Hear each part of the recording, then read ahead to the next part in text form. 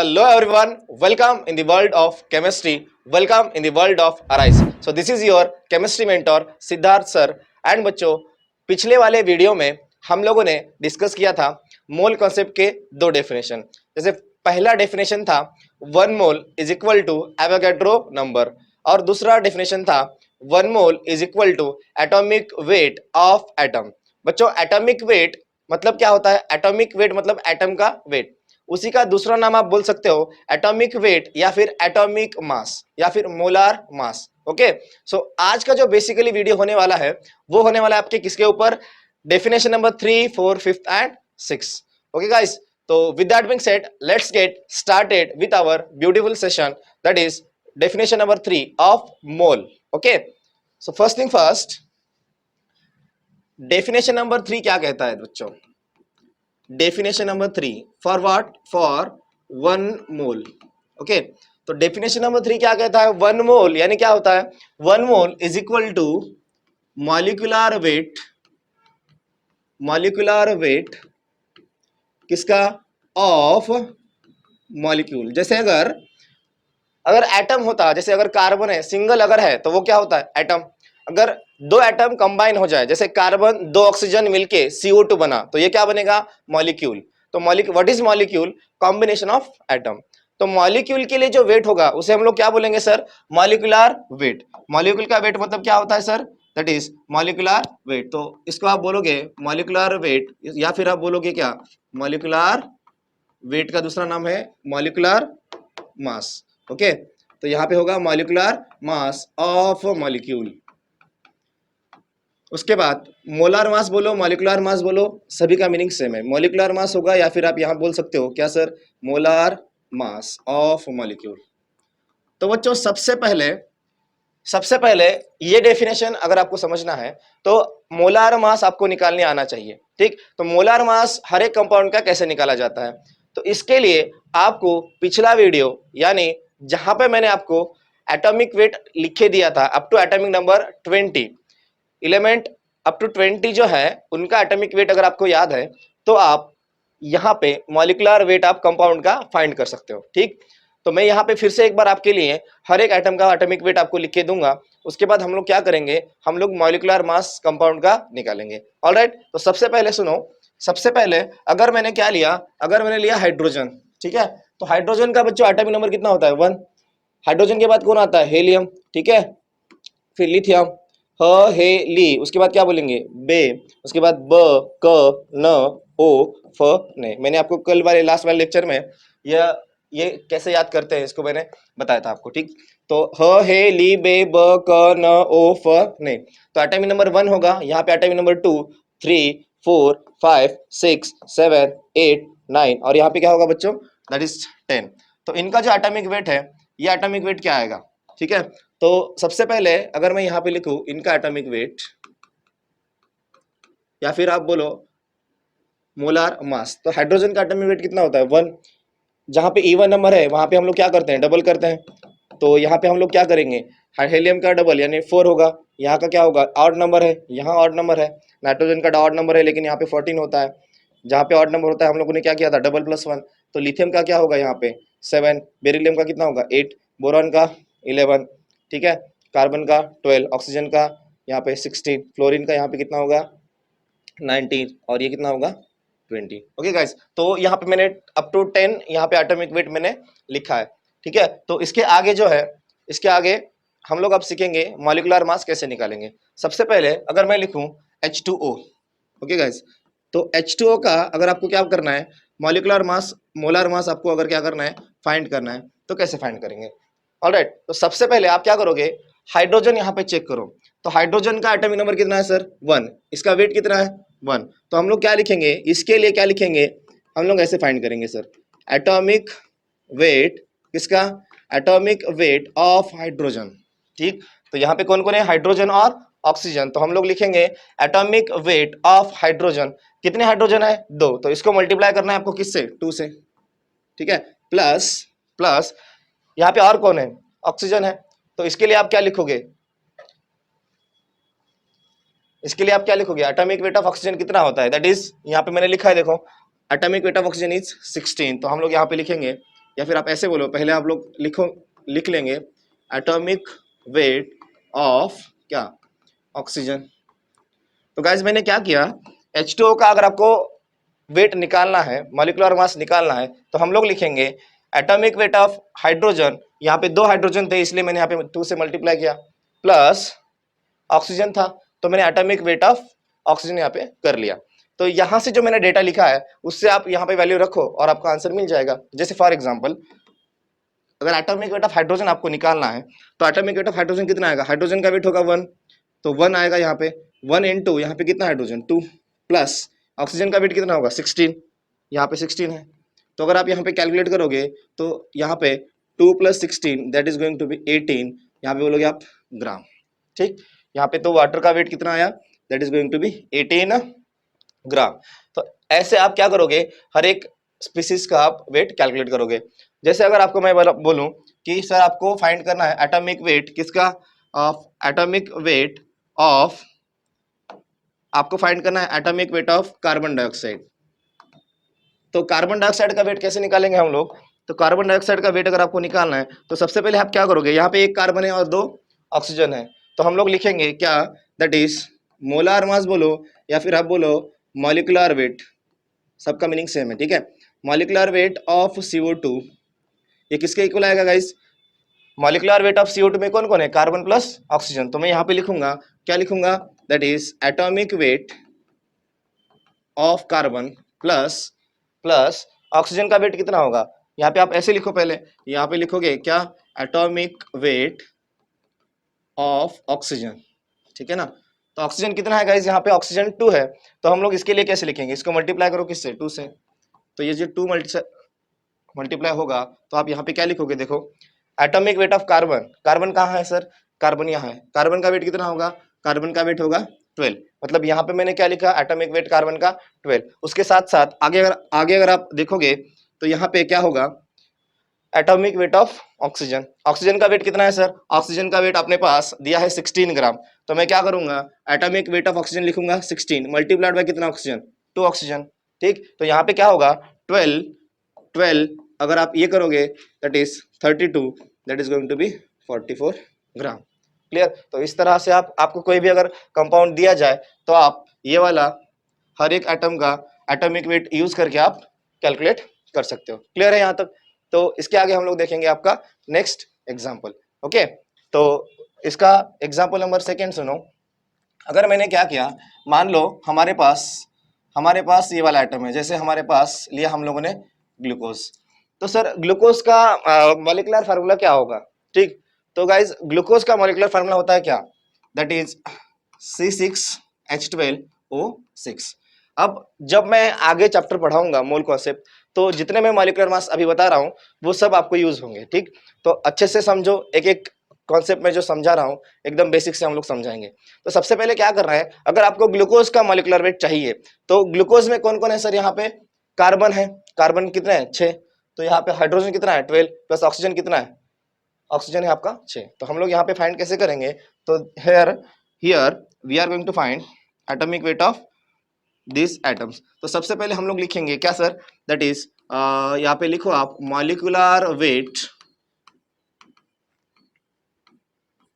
Of glucose. तो glucose का formula मैंने बताया आपको क्या होगा, C6H12O6। तो यहाँ पे ग्लूकोज में कौन कौन है पहले चेक करो, क्या है सर, यहाँ पे कार्बन है, तो हम लोग क्या करेंगे, हम लोग लिखेंगे एटॉमिक वेट किसका, ऑफ कार्बन मल्टीप्लाइड बाय कितने कार्बन है 6, प्लस और कौन है, हाइड्रोजन है, तो हाइड्रोजन का वेट कैसे निकालोगे आप, यहाँ पे लिखोगे atomic weight of hydrogen multiplied by कितना, हाइड्रोजन कितना है सर 12, तो इसको मल्टीप्लाई करो किससे 12 से, प्लस एटॉमिक वेट ऑफ कौन है ऑक्सीजन, तो यहाँ पे आप लिखोगे atomic weight of oxygen multiplied by कितना सर, ऑक्सीजन यहाँ पे 6 है 6 है, तो इसको मल्टीप्लाई करो 6 से, तो यहाँ पे आपका क्या आ जाएगा, that is going to be atomic weight of carbon. Sir मैंने अभी आपको लिख के दिया था कार्बन का एटॉमिक वेट कितना होता है, देख लो कार्बन का वेट कितना है 12, हाइड्रोजन का कितना 1 और ऑक्सीजन का कितना 16। तो ये वैल्यूज मैं अभी आगे पुट करूंगा, ठीक। तो समझो यहाँ पे मैंने क्या लिया, एटॉमिक वेट ऑफ कार्बन कितना सर 12 इंटू 6, ठीक, plus atomic weight of hydrogen कितना होगा 1 इंटू कितना 12 प्लस ऑक्सीजन का वेट कितना बताया था मैंने, यहाँ पे होगा कितना, that is going to be 16 into यहाँ पे कितना सीखा है 6, तो ये अगर आप कैलकुलेट करोगे तो आपका आएगा कितना, ये 180 ग्राम। ठीक, तो ग्लूकोज का मॉलिक्यूलर वेट आपको कितना मिला, दैट इज 180 ग्राम। क्लियर है। तो अगर ऐसी अगर आपको दूसरा कंपाउंड दिया जाए, अगर मैंने मान लो यहाँ पे एक कंपाउंड लिया सर, हमारे पास मान लो हमारे पास मैंने क्या लिया, दैट इज एक कंपाउंड है जैसे H2SO4। तो H2SO4 में आप क्या करोगे, तो हाइड्रोजन का वेट कितना होगा 1 इंटू कितना, दो हाइड्रोजन तो 2 से मल्टीप्लाई करो यहाँ पे, फिर सल्फर, तो सल्फर का वेट कितना होता है, सल्फर का एटॉमिक नंबर कितना सर 16, तो वेट कितना 32, तो यहाँ पे आप करोगे कितना 32, that is going to be oxygen का वेट होगा अभी भी बताया था मैं 16 इंटू कितना 4, तो ये कितना आएगा टोटल, अगर आप ये एडिशन करोगे तो आपको मिलेगा ये 98 ग्राम। क्लियर हुआ। तो ये हो गया आपका कैसे, तो इट इज आपका मॉलिक्यूलर मास। तो हर एक कंपाउंड का मोलर मास बोलो, मॉलिक्यूलर मास बोलो, मॉलिक्यूलर वेट, सबका मीनिंग सेम होगा। तो इस तरह से आपने क्या किया सर, आपने हर एक मॉलिक्यूल का मोलर मास निकालना सीखा है। अगर एटम होगा तो एटॉमिक वेट होता है, अगर मॉलिक्यूल होगा तो मॉलिक्यूलर मास होगा। क्लियर है। तो अगर आपको कोई भी कंपाउंड दिया जाए तो आपको अभी मॉलिक्यूलर वेट निकालने आना चाहिए। इसके लिए आपको फर्स्ट 20 एलिमेंट का एटॉमिक वेट आपको लर्न करना पड़ेगा। क्लियर है। तो इसके आगे अब हम लोग सीखेंगे अपना जो हम लोगों ने इनिशियली जो डेफिनेशन लिखा था, क्या लिखा था हम लोगों ने कि आपका जो मोल होता है, मैंने बोला था डेफिनेशन नंबर 3 में क्या सीखा था मैंने, डेफिनेशन नंबर 3 में मैंने बता था कि 1 मोल किसके इक्वल आता है, 1 mole is equal to molecular weight of क्या, मॉलिक्यूल। ठीक, मॉलिक्यूलर वेट ऑफ मॉलिक्यूल बोलो, या फिर इसको हम लोगों ने लिखा था that is going to be molar mass, या फिर इसको आप लिख सकते हो क्या, दैट इज मॉलिक्यूलर मास। सबका मीनिंग सेम है। तो सबसे पहले मैं अगर ऐसे लिखूं, क्या लिखूं, फॉर इंस्टेंस मैंने इसका अगर एग्जांपल ऐसे लिखा, क्या लिखा sir, first thing first, example number 1 मैंने बोला 1 मोल वाटर, क्या बोला सर, 1 मोल H2। तो सबसे पहले 1 मोल H2 इनिशियली मैंने अभी लिख के दिया था, 1 मोल H2 का वेट कितना आता है सर, 1 मोल H2 कितना आता है, 1 मोल H2 यानी कितना, 18 ग्राम, 18 ग्राम। ठीक है। अगर मैं क्या करूं, यहीं पे अगर आपको लिख के दिया जाए दैट इज ये वाला डेफिनेशन, तो मॉलिक्यूलर वेट ऑफ मॉलिक्यूल होगा 1 मोल मतलब, तो मैं यहाँ पे क्या लिख सकता हूँ, 1 मोल H2O को मैं लिखूंगा 1 मोल यानी मॉलिक्यूलर वेट, तो मैं लिखा 1 मोल H2O, तो मैं यहाँ पे लिख सकता हूँ 1 मोल H2O यानी क्या होगा, that is going to be equal to molecular weight of what, of molecule। ठीक है ना। तो यहाँ पे मैंने लिखा 1 mole H2O is equal to molecular weight of molecule. अब मॉलिक्यूल यहाँ पे कौन सा है, अब यहाँ पे मॉलिक्यूल है H2O, तो मैं यहाँ पे क्या कर रहा हूँ, इस मॉलिक्यूल की जगह पे मैं यहाँ पे क्या लिख सकता हूँ, that is going to be H2। Clear हुआ। तो H2 इज अ मॉलिक्यूल, तो मैंने लिखा 1 mole is equals to molecular weight of molecule, यानी 1 mole H2 is equals to molecular weight of H2। तो here I can write 1 mole H2 is equal to, H2 का weight कितना होगा sir, अभी भी मैंने लिखा था 18 ग्राम। ठीक है ना। ये कैसे आएगा, हाइड्रोजन का एटॉमिक वेट 1 होगा, 1 इंटू 2 हाइड्रोजन है तो 2 हाइड्रोजन का वेट होगा 2 प्लस ऑक्सीजन का 16, ये करोगे तो कितना आएगा 18 ग्राम। क्लियर हुआ। तो यहाँ पे आपका एग्जाम्पल नंबर 1 खत्म होता है। अगर मैंने लिखा, क्या लिखा, 1 मोल किसका सर, अमोनिया NH3, तो NH3 के लिए आपको वेट निकालना पड़ेगा। आप नाइट्रोजन का वेट कितना होता है सर, अगर मैं यहाँ पे लिखूं नाइट्रोजन का एटॉमिक नंबर 7, तो इसका वेट होता है 14 प्लस यहाँ पे हाइड्रोजन कितना है, हाइड्रोजन का 1। ठीक है, ये 14 प्लस एक हाइड्रोजन का 1 है, तो 3 हाइड्रोजन मिलकर कितना होगा, 3 होगा। तो यहाँ पे 14 प्लस 3 यानी कितना आएगा 17 ग्राम। तो मैं यहाँ पे क्या लिख सकता हूँ, 1 मोल NH3, देखो 1 मोल यानी मॉलिक्यूलर वेट के इक्वल होगा, तो मैं 1 मोल NH3 को क्या लिख सकता हूँ, 1 मोल NH3 मतलब क्या होगा, that is going to be molecular weight of NH3। Clear हुआ। तो मॉलिक्यूलर वेट ऑफ क्या, NH3 मॉलिक्यूल, ऐसे लिख सकते हो आप।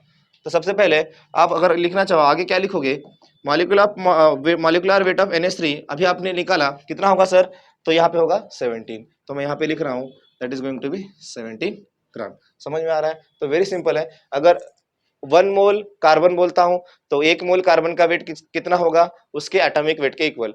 अगर मैं 1 मोल H2O बोलूंगा तो H2O इज अ मॉलिक्यूल, तो उसका वेट कितना आएगा, that is going to be molecular weight of H2। ठीक, तो 1 mole is equal to atomic weight, 1 mole is equal to molecular weight. उसके बाद अगर मैं ऐसे लिखूंगा, यहाँ पे क्या लिखूंगा सर, मैंने लिखा हाफ मोल, क्या लिखा, हाफ मोल H2O, तो मैं यहाँ पे क्या लिख सकता हूँ, देखो गाइस यहाँ पे मैंने क्या लिखा, 1 मोल था तो मॉलिक्यूलर वेट के इक्वल आएगा, तो हाफ मोल होगा तो किसके इक्वल आएगा, इसके हाफ होगा, मतलब 18 ग्राम 1 मोल का है तो हाफ मोल का कितना होगा, that is going to be 9 ग्राम।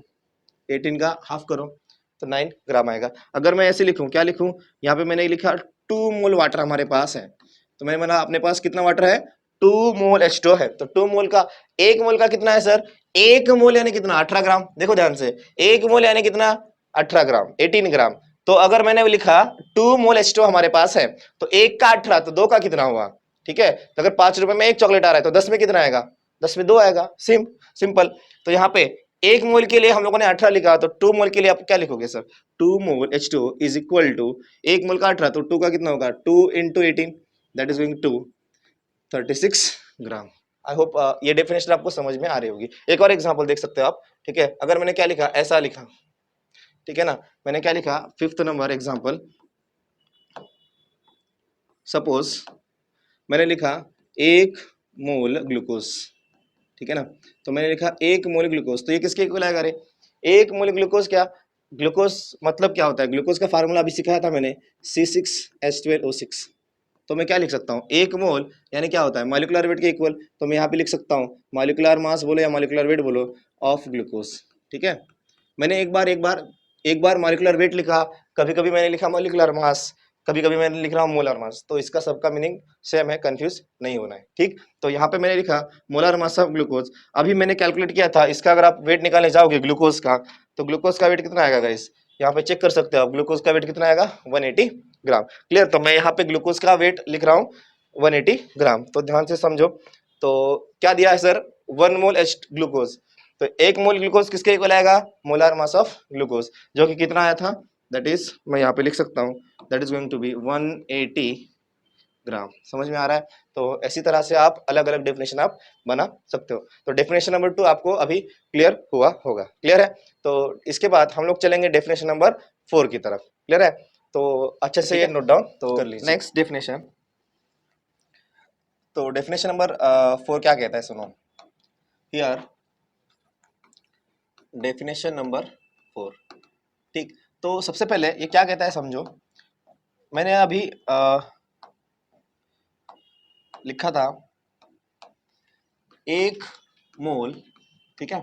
इससे पहले वाला क्या था, 1 mole is equal to molecular weight of molecule. अब ये वाला जो डेफिनेशन है गाइस, ये क्या कहता है समझना। तो 1 मोल अगर एटम के लिखा जाए तो हम लोग बोलेंगे 1 mole is equal to 1 gram atom. क्या sir, 1 mole is equal to 1 gram atom. 1 gram atom मतलब 1 मोल होता है, ठीक। तो यहाँ पे समझो मैं क्या बोल सकता हूँ, यहाँ पे 1 mole is equal to 1 gram atom. अगर मैंने लिखा, क्या लिखा, फॉर एग्जाम्पल, फॉर इंस्टेंस मैंने लिखा 1 मोल कार्बन, ठीक। कार्बन बहुत ज्यादा इंपॉर्टेंट है, ठीक। तो सबसे पहले 1 मोल कार्बन को मैं लिख सकता हूँ क्या sir, 1 mole carbon is equal to 1 gram 1 gram atom of carbon, ठीक है ना। कार्बन एटम है, तो अगर 1 मोल कार्बन बोलूं मैं, तो 1 मोल कार्बन यानी क्या होगा, 1 ग्राम एटम, ठीक। अगर मैं ऐसे बोलता हूँ, क्या बोलता हूँ, मैंने बोला 5 मोल कार्बन, तो 5 मोल ऑफ कार्बन, इसका मतलब क्या होगा, 1 मोल 1 ग्राम एटम के बराबर होगा। तो मैं यहाँ पे क्या बोलूंगा, 5 मोल किसके बराबर आएगा, 5 gram 5 gram atom of what, 5 atom gram atom of C. समझ में आया। अगर मैंने बोला थर्ड, मैंने बोला क्या सर, मैंने बोला 10 ग्राम एटम ऑफ ऑफ मैंने बोला नियॉन, तो नियॉन एटम है, तो इसके लिए हम लोग क्या लिखेंगे, 1 ग्राम एटम ऑफ नियॉन, इसके लिए हम लोग लिखेंगे क्या, दैट इज 1 ग्राम, 1 मोल का डिफिनेशन क्या होगा, 1 ग्राम एटम। तो मैं यहाँ पे 10 ग्राम एटम लिख रहा हूँ, तो 1 मोल यानी क्या होगा, 1 ग्राम एटम। तो मैंने अगर लिखा 10 ग्राम एटम, 10 ग्राम एटम, तो यहाँ पे क्या लिखोगे, 1 मोल आता है 1 ग्राम के, तो 10 ग्राम कितने आएगा, that is going to be 10 mole of neon. समझ में आ रहा है कि नहीं आ रहा है, ठीक। तो अगर मैंने लिखा फॉर एग्जाम्पल, मैंने बोला हाफ मोल ऑफ कैल्शियम, क्या लिखा sir, half mole of calcium. देखो 1 मोल यानी कितना, 1 मोल 1 ग्राम एटम, तो हाफ मोल कितना, हाफ इंटू ग्राम एटम, मतलब आप ऐसे बोल सकते हो half half gram gram atom of calcium. समझ में आ रहा है? ठीक है, लास्ट एग्जांपल देखो जरा। मैंने अगर ऐसे बोला, क्या बोला मैंने, 1 मोल ऑफ हीलियम, ठीक है, तो यहाँ पे बोला 1 gram, 1 mole is equal to 1 gram atom, तो मैं यहाँ पे क्या लिख सकता हूँ, मैं लिख सकता हूँ क्या, 1 मोल हीलियम है तो इसको मैं लिखूंगा 1 ग्राम एटम किसका, ऑफ हीलियम। समझ आया? तो इस तरह से आपको डेफिनेशन नंबर क्या लिखना है, 4 आपको समझ में आना चाहिए। क्लियर हुआ? तो डेफिनेशन नंबर अगर 4 हो गया तो इसके बाद हम लोग डिस्कस करेंगे डेफिनेशन नंबर 5। ठीक है, प्लीज नोट डाउन। उसके बाद definition number 5 guys, definition number 5 ये क्या कहता है, पिछला जो डेफिनेशन है 4, डेफिनेशन नंबर 4 में मैंने बताया 1 मोल यानी क्या, 1 मोल यानी 1 ग्राम एटम था। अगर वहीं पे अगर आपको मॉलिक्यूल दिया जाए, अगर मैंने वह एटम को मॉलिक्यूल से रिप्लेस कर दिया, तो मैं यहाँ पे क्या लिख सकता हूँ, ध्यान से समझना। तो ये अगर मैंने लिखा 1 मोल, ठीक, 1 mole is equal to atom के लिए एटॉमिक वेट, तो मैं यहाँ पे क्या लिख सकता हूँ, यहाँ पे लिखूंगा 1 मोल यानी क्या, 1 ग्राम। पीछे क्या था सर, अगर एटम होगा, देख लेना, यहाँ पे अगर एटम होता है तो हम लोग 1 mole is equal to 1 gram atom लिखेंगे। ठीक है, अगर मॉलिक्यूल होगा तो क्या लिखेंगे, मॉलिक्यूल होगा तो हम लोग लिखेंगे 1 ग्राम एटम की जगह पे मॉलिक्यूल, सिंपल। ठीक, तो बहुत सिंपल है, केमिस्ट्री इज वेरी इजी।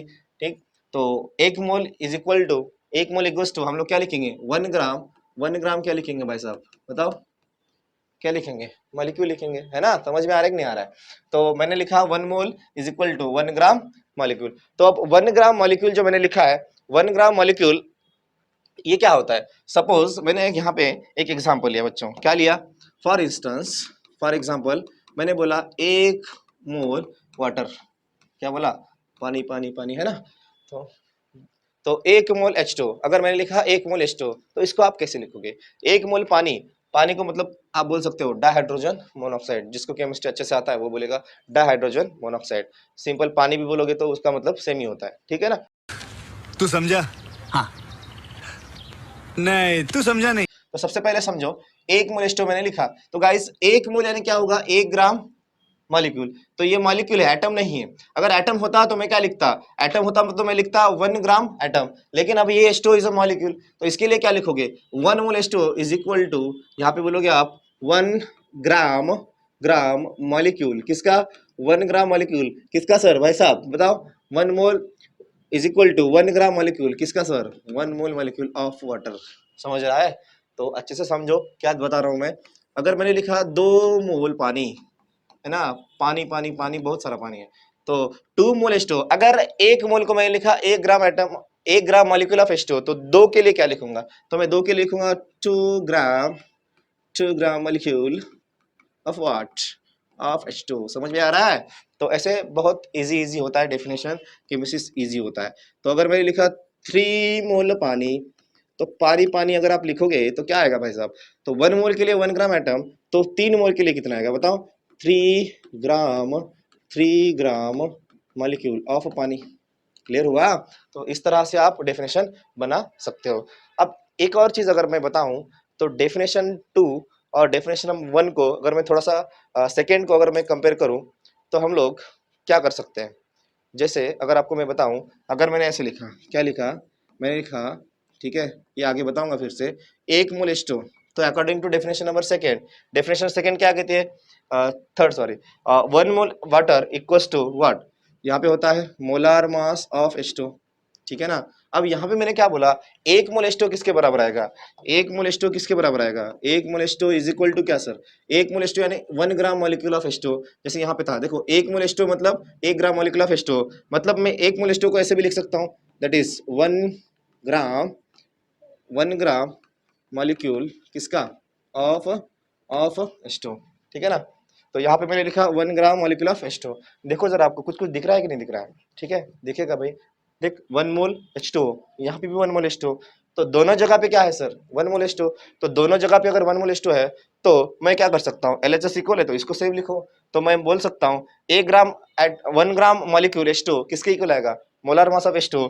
तो मैं अगर यहाँ पे लिखूँ, तो यहाँ पे मैं क्या लिख सकता हूँ बताओ, मैं लिख सकता हूँ 1 ग्राम मॉलिक्यूल ऑफ H2। तो इसको क्या लिखेंगे, 1 ग्राम मॉलिक्यूल ऑफ H2, ये इक्वल आएगा किसके, molar mass of H2, molar mass of H2, जो कि अभी भी मैंने सिखाया था। मोलार मास ऑफ H2 कितना होता है, हाइड्रोजन का 1, 2 हाइड्रोजन तो 2 और 1 ऑक्सीजन तो 16, मतलब टोटल कितना आएगा 18।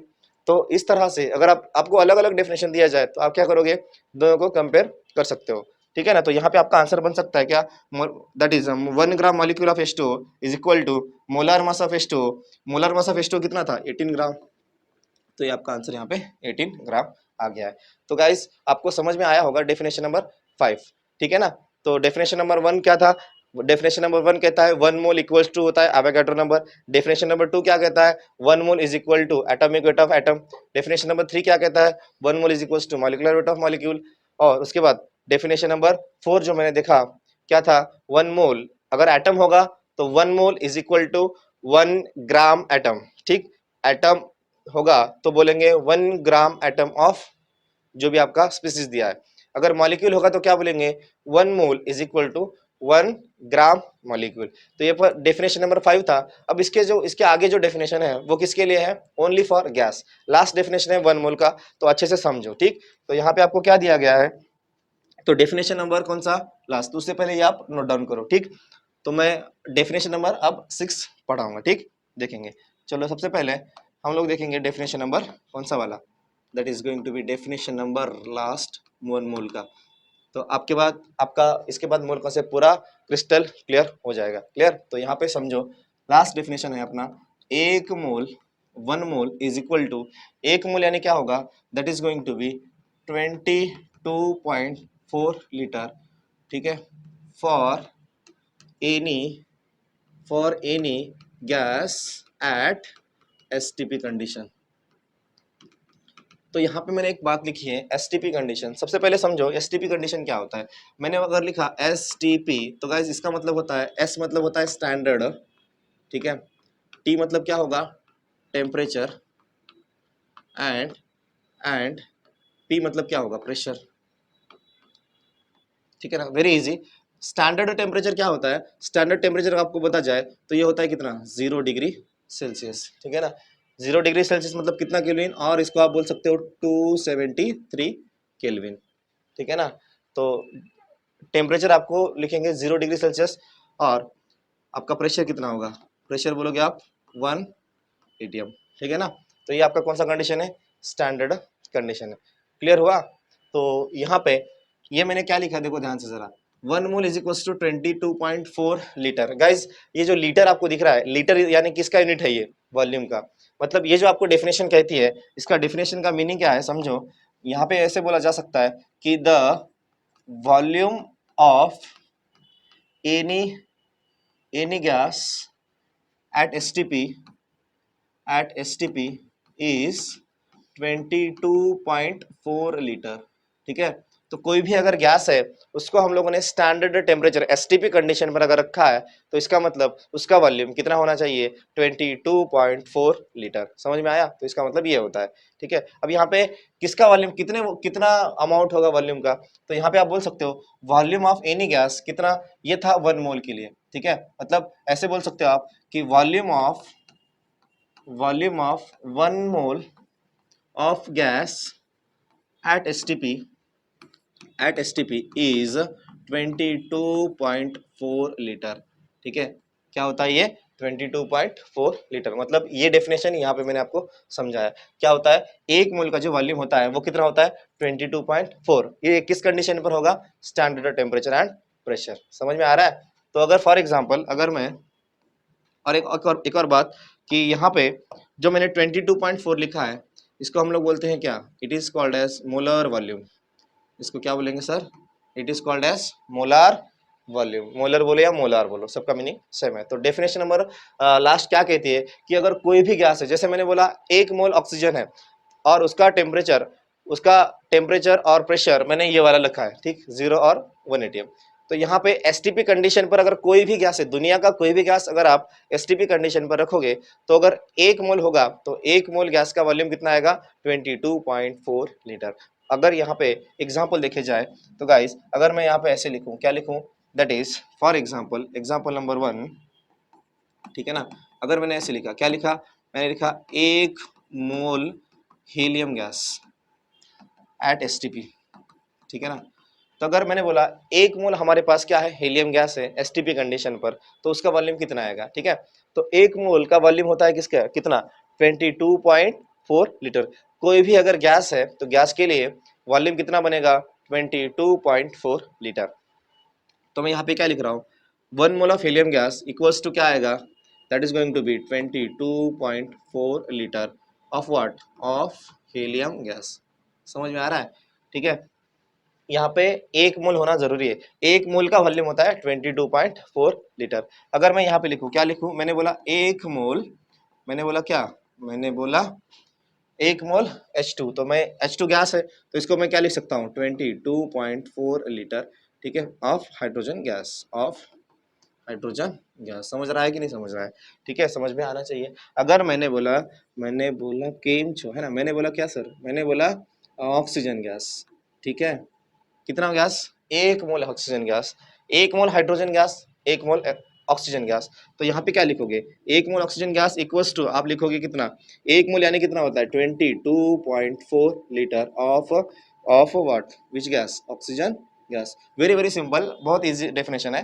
तो अगर कोई भी गैस क्या होगा, 1 मोल होगा एट एसटीपी कंडीशन, ठीक है, तो उसका वॉल्यूम कितना आएगा, 22.4 लीटर। आई होप ये डेफिनेशन आपको क्लियर हुई होगी। अगर मैं इसका एक और एग्जांपल मैं आपको बताऊं, अगर मैं क्या लिखूंगा, ठीक है, तीसरा हो गया, चौथा, फोर्थ, अगर मैं लिखा हूं हाफ मोल, ठीक है, हाफ मोल H2 मैंने अगर लिखा, या फिर हाइड्रोजन गैस मैंने लिखा, तो इसका आप क्या बोलोगे, हाफ मोल H2। देखो गाइस, 1 मोल किसके बराबर आएगा, 22.4 लीटर। तो 1 मोल 22.4 लीटर, तो हाफ मोल कितना आएगा, 20, half into 22.4 litre of which gas, hydrogen gas. अगर अगर 1 मोल 1 मोल किसके बराबर आ रहा है, 1 मोल आ रहा है 22.4, तो हाफ किसके आएगा, हाफ इंटू 22.4, मतलब उसको डिवाइड करो 2 से, तो आप यहाँ पे क्या बोल सकते हो, 22.4 को डिवाइड करो 2 से, तो ये कितना आएगा, 11.2 लीटर। तो ये बात आपको समझ में आनी चाहिए। अगर मैंने लिखा, क्या लिखा, 1/4 मोल, ठीक है ना, ये आगे काम में आएगा, अभी समझ लो।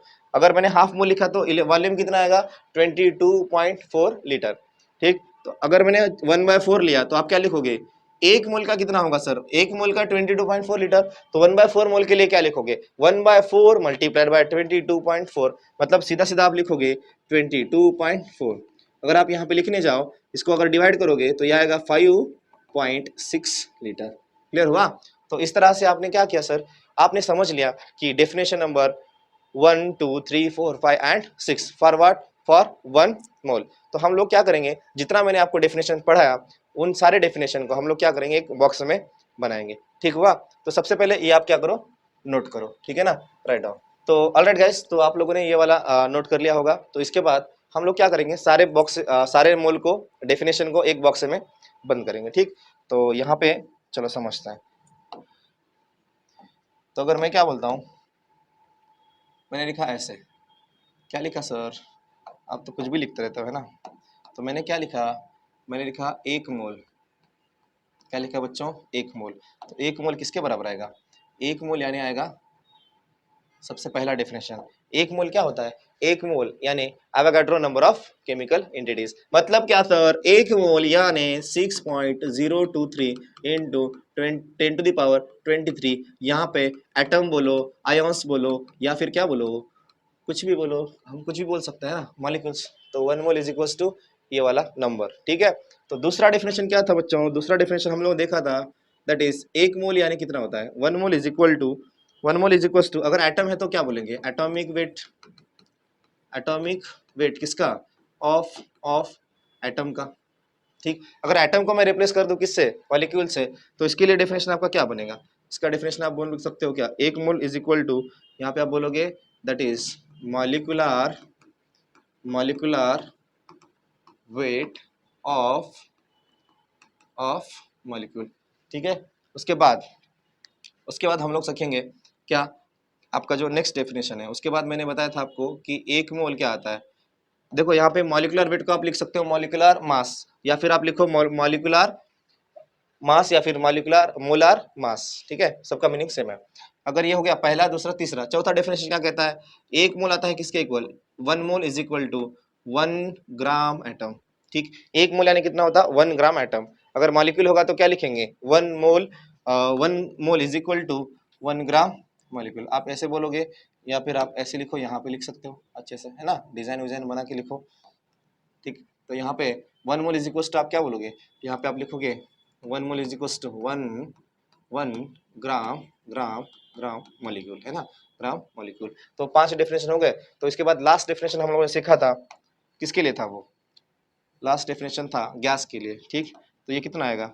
That is equal to 22.4 litre of, ठीक है, any gas at STP, standard temperature and pressure. तो ये आपका क्या हो गया? डेफिनेशन हो गया किसके लिए? अलग अलग अगर आपको डेफिनेशन पूछा जाए 1 मोल के लिए, तो ये आपका क्या हो जाएगा? That is going to be definition for 1 mole, ठीक है ना। तो ये आपको समझ में आया होगा। तो सबसे पहले आप ये नोट करिए, सबसे पहले ये समझना, ये डेफिनेशन सिर्फ गैस के लिए, लास्ट डेफिनेशन, ठीक है। Alright guys, so this was all about 1 मोल। तो मोल हम लोगों ने बहुत अच्छे से पढ़ लिया है, आपको इसके बाद मोल में कभी दिक्कत नहीं आएगी। अब इसके बाद वाला जो वीडियो होगा बच्चों, ये तो था बेसिक डेफिनेशन 1 मोल का, मतलब अगर अलग अलग डेफिनेशन हुआ तो क्या करेंगे। अब हम लोग नेक्स्ट वीडियो में क्या करेंगे कि नंबर ऑफ मोल्स अगर आपको फाइंड करना है तो नंबर ऑफ मोल्स कैसे फाइंड करेंगे, और उसके साथ साथ नेक्स्ट वीडियो में हम लोग बहुत ही शानदार, बहुत ही बढ़िया ट्रिक आपको मैं सिखाऊंगा फॉर मोल कॉन्सेप्ट। अगर वो एक ट्रिक आपने सीख लिया तो वो एक ट्रिक यूज करके आप मोल कॉन्सेप्ट से रिलेटेड 10 क्वेश्चन एक ही ट्रिक से आप सॉल्व कर पाओगे, ठीक है ना गाइस। तो नेक्स्ट वीडियो बहुत इंपॉर्टेंट होने वाला है। तो ये जो अब तक जो पढ़ाया वो अच्छे से रिवाइज करो, अच्छे से समझ में आया होगा आपको सभी को, ठीक है। ऑलराइट, सो इसी के साथ मिलते हैं आपसे नेक्स्ट वीडियो में कुछ नए टॉपिक्स के साथ। Till then take care, bye bye, have a great time, like share and subscribe, share with your friend. Thank you, thanks a lot for joining us.